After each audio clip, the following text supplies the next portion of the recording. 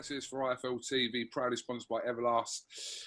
This week, delighted to be joined by Miss Ebanie Bridges. Also, Manny Pacquiao from IFL, and also Razaban from IFL. Welcome, first of all, Ebanie. How are you? I'm good, thank you. Wonderful. Let's get straight into it. A little reflection from the weekend. Obviously, Andy's still actually in Vegas, as you can tell. Yes. Fresh from the Pacquiao. This is a green screen. It's a green screen. It's a green screen. Don't be fooled. I've seen all your social media posts, man. Living the dream. Yeah. Okay. That's all right. Right. We'll come on to Andy in a second because he was obviously live at the fight. But Pacquiao suffered a defeat to Ugas over the weekend, and a shock to some and not a shock to other people. And again, we'll come on to that. But were you surprised from that defeat, Ebanie? Like a little bit, but I think I was more surprised at how strong Ugas was compared to Manny. Like when I watched that, like, I mean, I know that he's pretty big and stuff, but he just, like, I think there was just such a big difference in the strength and power. Like, Manny couldn't budge him for like a second, really. Like, he was just so, you know, so stable and strong. I think that, and it just showed that, like, I don't know, like, Manny's punches just weren't doing anything, which should surprise me. So obviously, Andy, I'll come to you for a second. You were there. What was the vibe like there? Were people surprised, shocked after defeat, or was it kind of the possible end of an era? Obviously, we don't know if it's the end of an era yet because he hasn't confirmed what he's doing. No, well, he's running for the presidency in March, I believe, in the Philippines to become the president. So if he becomes a president, then I can't see him ever fighting again. But the mood ringside was just, it wasn't like a shock defeat. Do you know what I mean? It was more, everyone was talking about the retirement side of things rather than, oh, it's a shock defeat to Ugas. Do you know what I mean? So I think that the topic of the conversation when everyone was ringside was, will he retire? I mean, he's going to go out with a loss, but he's a legend, blah, blah, blah, blah. But it was quite a funny fight week. It wasn't like your typical, I don't know, it just felt quite flat. I think everyone, because of the Spence fight, everyone wanted to see the Spence fight, but they didn't get to see it. So it felt kind of flat the fight week a little bit. But Manny Pacquiao in Vegas, man, you can't really miss that. So, but yeah, I think the talk of the town right now in Vegas is the retirement side of things. Because he did hint about it during the post-fight press conference. He said, and he gave a speech that he wants to help the Filipino people and stuff like that. So, if I had to guess, I think that would be him. That'd be Manny retired, because he said himself that he couldn't find his legs. His legs weren't there when he was boxing. That was the first time he ever felt like he never had his legs under him. So, and then that comes with age. Father Time is undefeated, as that old saying goes. So, yeah, it was a funny old feeling at the end. I think everyone expected, well, majority of people expected Pacquiao to win. But like Ebanie said, the strength of Ugas, the younger fighter, you know what I mean? Probably the hungrier fighter, to be honest. He's fighting a legend like Pacquiao. Probably came in there hungrier to beat him. A massive opportunity for his own record. So, yeah, it was a funny old fight week, but we move on.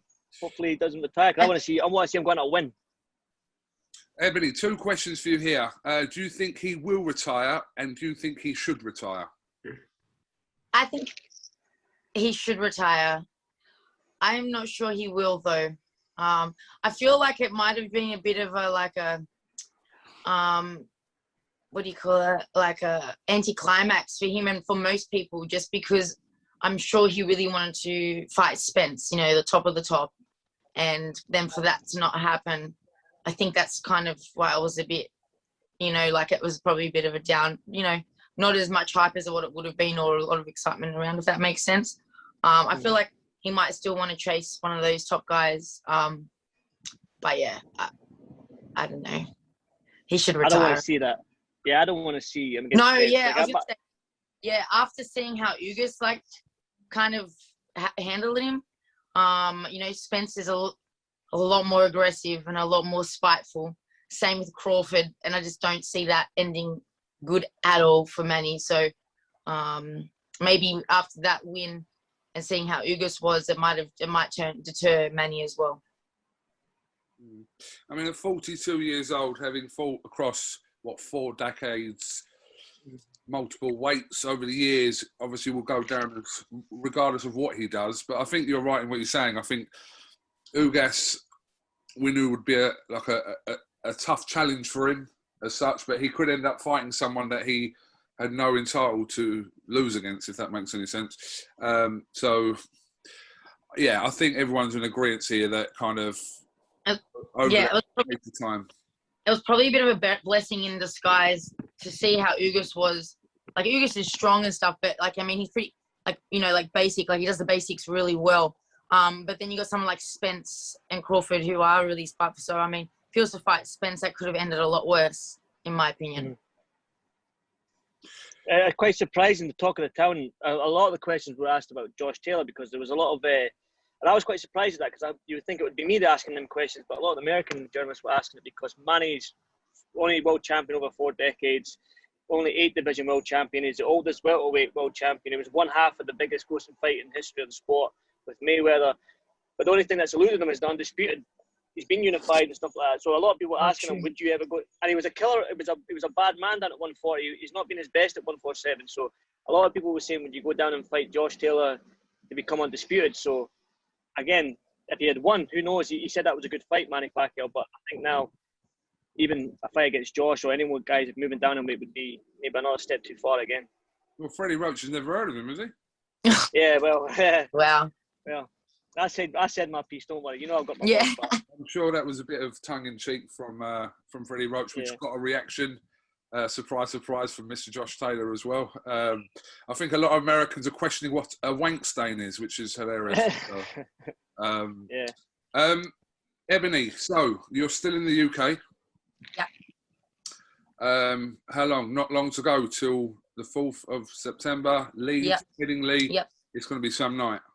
It's going to be insane. I mean, that card just, you know, it started off pretty good and now it's just getting better and better. Yeah, I mean, I'm pumped. I can't wait. We're just finalising things now and I can't wait to get out there. So opponent-wise? I mean, it's been a bit of a freaking roller coaster, really, with the opponents. So, I mean, it looks like there's something going to be locked in now. Hopefully over the next couple of days for an announcement, which has kind of been a bit of a back and forth. We had this one, then we didn't have this one, then we had these other ones, and then these, like, it was just, yeah. So, I feel like if I know what's going on, like, I don't know what's going on, you know, I think I know, and then it all changes, then it was always kind of be a bit of, like, one of the first options that were given, which I wanted originally, because I think it would make a really good fight, the styles. So hopefully that happens, but yeah, I don't know. I literally told my manager, I will literally fight anyone. I don't give a fuck right now. I just want to cave someone's head in. Like, honestly, like, I just honestly don't care. I just want to smash someone's skull in. Like, I'm so like done. Like, just let me fucking punch someone's face in. Like, I don't care who it is, whoever it is, they're gonna cop it because, yeah, like, my patience has run out. You are talking about in the boxing ring, not in general life, aren't you? No, well, I mean, hey, if it doesn't happen in the boxing ring, it might happen in the car park. But hopefully in the boxing ring and I get paid for it, it's always a safer option. But yeah, Andy, all I know is that I want to. What's happened to your screen? Yeah. Andy, what's happened to your screen? It's gone all weird, is it? It's the sun. No. Amazing. Is it? There Oh. Is that better? Guy, palm trees and sun and shit. Wow. Okay. Ebanie, you've actually watched one of these Fight Picks episodes before, haven't you? Yeah, I did. I learnt that today. I didn't know that, obviously, this is stretched like via Australia and Philadelphia and wherever else the fuck you're from, right? But you've watched one of these episodes before? Yeah, I watched the one on my fight week when I'm pretty sure it was about Raza said, "Oh, we all know why everyone wants to tune in and watch Ebanie Bridges." Can't remember that. And why was that? Raza, yeah. Why does everyone want to tune in and watch Ebanie Bridges? Unfortunately, that was a discussion in the previous Fight Picks. I can't discuss that in today's Fight Picks. Right. Do you have my weigh-ins on replay? No. I seen your face when you mentioned my name. I was like, oh, okay, I have a fan of my weigh-ins. Is that what you're talking about? like is it my fight style? Because I don't know. I felt like the look on your face looked like it might not have been my fight you're talking about. When I see your weigh-ins, I do the Eddie Hearn look.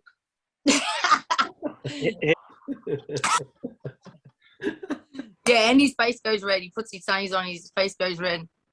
And you're like, Ebony, how much are you looking forward to? I know when my weigh-ins are on, you all go to the bathroom with your phone. You guys, time out 5 minutes. You know. How's Vegas, Andy? How's Vegas? I don't know. I've not been in the bathroom for 5 minutes, so that's exactly. Are you blushing, Andy? You looking red. No, that's the sun. That's the suntan. Yeah. Okay. Yeah. Right. Okay. Well, listen. No, but that was good. I do appreciate it, guys. You know, like you know me. I'll do anything. I'm a crowd pleaser, so you know, as long as you guys are tuning in and you're smiling and you're enjoying, I don't care what you're doing. As long as you're watching, all of it, every bit of it. Right. Well, I'm sure Raza is. On that note, listen, Ebony Bridges, listen, we're definitely going to catch up, obviously, in Leeds when you're next out. And thanks for coming on and sharing your thoughts from the weekend. We'll see what happens with Manny Pacquiao as time goes on. But, yeah, appreciate you coming on for sure. No, thank you, guys. Appreciate you guys having me and appreciate the support. Tune in to my next fight and my next weigh-in. It's going to be fun. Thank you, Ebony. Thank you. See you, boys. Bye. See you, boys. Take it, bye. Oh. What happened there, Cooks? Your heart rate increasing there? No, my heart rate is fine. It's you two who are under pressure there, not me. Right, should we just crack straight onto it? Let's get onto it. Fight picks. I'm not gonna make my picks for the Tommy Fury one because I want to do something with Tommy when I'm in Cleveland next week. Right, this week. Okay, so, let's just talk about the two cards that are on fight picks this week. First of all, let's just have a little recap. I did terrible, by the way, in the last one. I'd had, let me see my score. My score was 13 points. Horrendous. I was 20 points, finished 21st. I think me and Raza might have just been outside the money. Just outside the money. But more disappointingly, you're going to be on top of me because of your name begins with A. Once again. I thought I made it to spot number one. Yeah, I'm always on top. All right, so we don't know what the other two boys done. I think we're going to find out in the leaderboard. I think Uma got 18. I've seen that in the chat. So I think possibly I'll come bottom of that. Listen, I won last week. I can take a hit this week, no problem. Right, so the two shows being covered on Fight Picks this week. Obviously, the show from Birmingham on Saturday night, which is a great card on there. Obviously, the return of Anthony Yard. There's a great fight, which we're all looking forward to, between Akeem Ennis-Brown and Sam Maxwell. I think that's going to be the fight of the night. Anthony Kachechi against Leon Woodstock as well. Kakachi. What did I say? Kakachi. Kakachi. Yeah. Sorry, Ant. Sorry. It'll be Anthony that picks up on it, not me. So. Let's talk about for me, the fight that really kind of steals the show on that, the one between Akeem Ennis-Brown and Sam Maxwell. Interesting. I'm looking forward to, obviously, it was an amazing little press conference that they did. Obviously, Akeem looks like he wanted to go for it. He's a really slick boxer. People underrate him. Obviously, he had that great winner of Philip Bowes. I think that's on the Golden Contract undercard sometime last year. But he hasn't fought since then as well, I believe. Or he may have had one fight, but it's almost a year now that Akeem hasn't fought. Sam's obviously has fought this year, 15-0. Both of them are undefeated. Sam seems like to be the bigger puncher. He's got 11 knockouts compared to Akeem's 1. It's a great fight. Sam is a lot older. Can youth play a part with Akeem? Certainly look forward to this fight. Okay, and Andy, Anthony Yard. Obviously, we saw Lyndon Arthur at the fight camp recently. Saw that video with the two boys from the Undefeated podcast. Yeah, I've seen that. That was a good video. That I enjoyed that. Things up for this. Listen, we don't know. We ain't got a date for it yet, but we're sure that by the end of the year, this fight would have happened. Yeah, I hope so. Like I said, we had Buatsi on last week, and we almost grilled Buatsi about fighting these guys last week. I read some of the comments underneath, and they were saying, "Oh, he got grilled there by the AFL boys." I just think that with Anthony Yard, we need to see him in against the Lyndon Arthurs again, the rematch, and the Boatsies, the Callum Johnsons, all these big hitters and stuff like that. So I still expect him to go in and get back to winning ways. I know he's up against a tough opponent. I don't know too much about him, to be honest, but I think Anthony Yard is going to go in there and get hungry. I think he's shown his interest in fighting these guys, like you said, the Lyndon Arthurs and stuff like that, the rematch. So fingers crossed we get to see it again. And I think there's still the best Anthony Yard still to come. I don't think we've seen the best of Anthony Yard yet. I think that he's still got more to give, and I think we'll see it in the near future anyway. Yeah, I absolutely agree that we haven't seen the best of Anthony Yard yet. But listen, like with anything else, he's got to get through on Saturday, and then, like I said, I want to see that Lyndon Arthur rematch, and I'm sure it's going to happen. So let's just move on to the card where you're going to be at on Sunday night, which is live on BT Sport Box Office. Look, it's a very, very interesting card. If we just kind of briefly run through this, obviously we know that Daniel Dubois and Tommy Fury are in action, hence obviously the fight being shown on BT. But let's talk about the main event here, which is very interesting for a number of reasons. Jake Paul taking on UFC star Tyron Woodley, who probably passed kind of his best years as a UFC fighter, but is a legit fighter. So I think if Jake Paul beats Tyron Woodley this week, you have to start, even if you don't want to, giving Jake Paul just a little bit of credit. If you're not going to take into consideration his last three opponents that he's fought, as in his first three opponents as well, Tyron Woodley is an established fighter. I know not a boxer, but established fighter.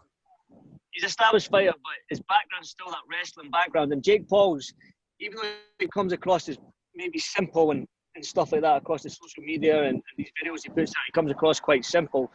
And if he sees this, I don't really give a fuck. But he is quite simple, but I think he's very intelligent the way he picks his fighters. He fought a YouTuber, then he's saying, "Oh, you don't fight athletes." Then he fought a basketball player, then he's like, "You don't fight a fighter." Then he fought that Askren is a fighter, but he's a wrestler, he can't strike.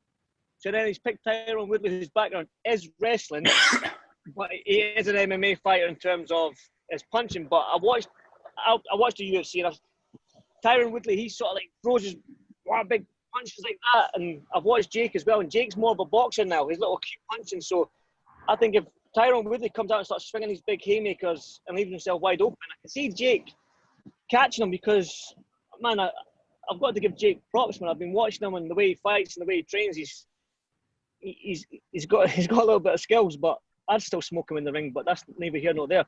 But I think it's a good fight. It's a very, very good fight. But I think Jake will do it. I kind of want to see him with a boxer. And I know there's probably a reason why Tommy Fury's there, because I think Razor and Kugan, you probably want to see that fight, Jake Paul against Tommy Fury. I think that does numbers. I think that sells well here in the UK and in the US, or here in the US and in the UK. So, but it's a good fight. But Jake Paul's very, very smart in who he picks. I mean, Tyron Woodley, ex-UFC champion, but his background is still wrestling. He's not much of a striker in terms of acute boxing. They're all big, massive, big haymakers like that. So if he leaves himself open, I can see Jake catching him.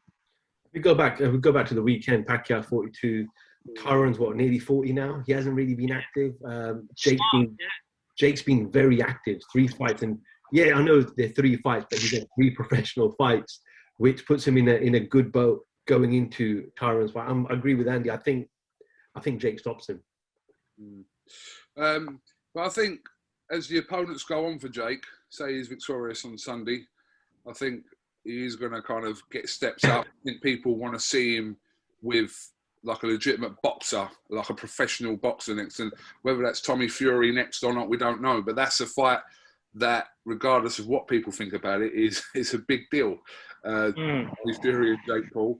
So we'll have to wait and see. Obviously, Tommy Fury's there, part of the card, etc. We're assuming that this is the plan.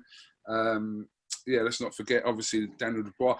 I think Amanda Serrano's on the card as well. Yep. and also Charles Conwell on the card. So, yeah, it should be an interesting week. I think you go to Cleveland on Wednesday, Andy, is that right? Yeah, Wednesday we get there. I think we land about 8 o'clock in the evening, so we missed the public workout, which is unfortunate. But press conference is probably going to be the big one on Thursday. I think we might see a little bit. I know Jake Paul talks trash and he likes to wind people up. Like, I got your hat thing with Floyd Mayweather. So I know this talk about Tommy Fury. This is the first time they're going to meet properly at a press conference. So my camera's going to be ready. My mobile's going to be ready. Record button's on no matter what. So hopefully I get to see some nonsense. This is my first YouTube. Well, he's not a YouTuber anymore, but this is my first show that I've ever covered where it's been that sort of crossover type thing. I like to consider myself a purist, but hey, man, it's all entertainment at the end of the day, so I'm looking forward to it. All right, well, listen, so I'm waiting to make my fight picks this week as well. Raza, you might as well do the same. There's no point in you just making them now. Andy, yeah, because you want to obviously get the fight picks game in front of one of them this week. So probably both Tommy and Dubois. I'll get the fight picks game in front of them and make them pick for me. So they'll do my picks for the fight themselves. Right, but that's us. But if you're watching at home and you haven't downloaded the Fight Picks app, available on iOS and Android, why not? Over 18s only. Play responsibly. Read terms and conditions underneath the description. But listen, we'll catch up after the weekend. We might have to do this possibly on the Tuesday because, Andy, obviously you'll be travelling back. I'll be flying, yeah. Yeah, so maybe we'll have to delay this by a day just because the Jake Paul and Tyron Woodley fights on the Sunday. So maybe we'll do this on the Tuesday when you're back. But yeah, we definitely need your reaction to what's going to be an interesting week in Cleveland. Yeah, I'm looking forward to, like I said, it's my first sort of crossover YouTube, whatever you want to call it, show. So I'm definitely looking forward to it. And like I said, Jake Paul causes nonsense, so I'm definitely looking forward to it. Right. Guys, Reza, Andrew, thank you very much for joining us this evening. Thank you very much to our guest, Ebanie Bridges, who's in action on the 4th of September in Leeds on the Warrington Lara undercard. And we will catch you next week. Be safe, Andy. Speak soon, guys. I'm away at the swimming pool to sunbathe. Catch you.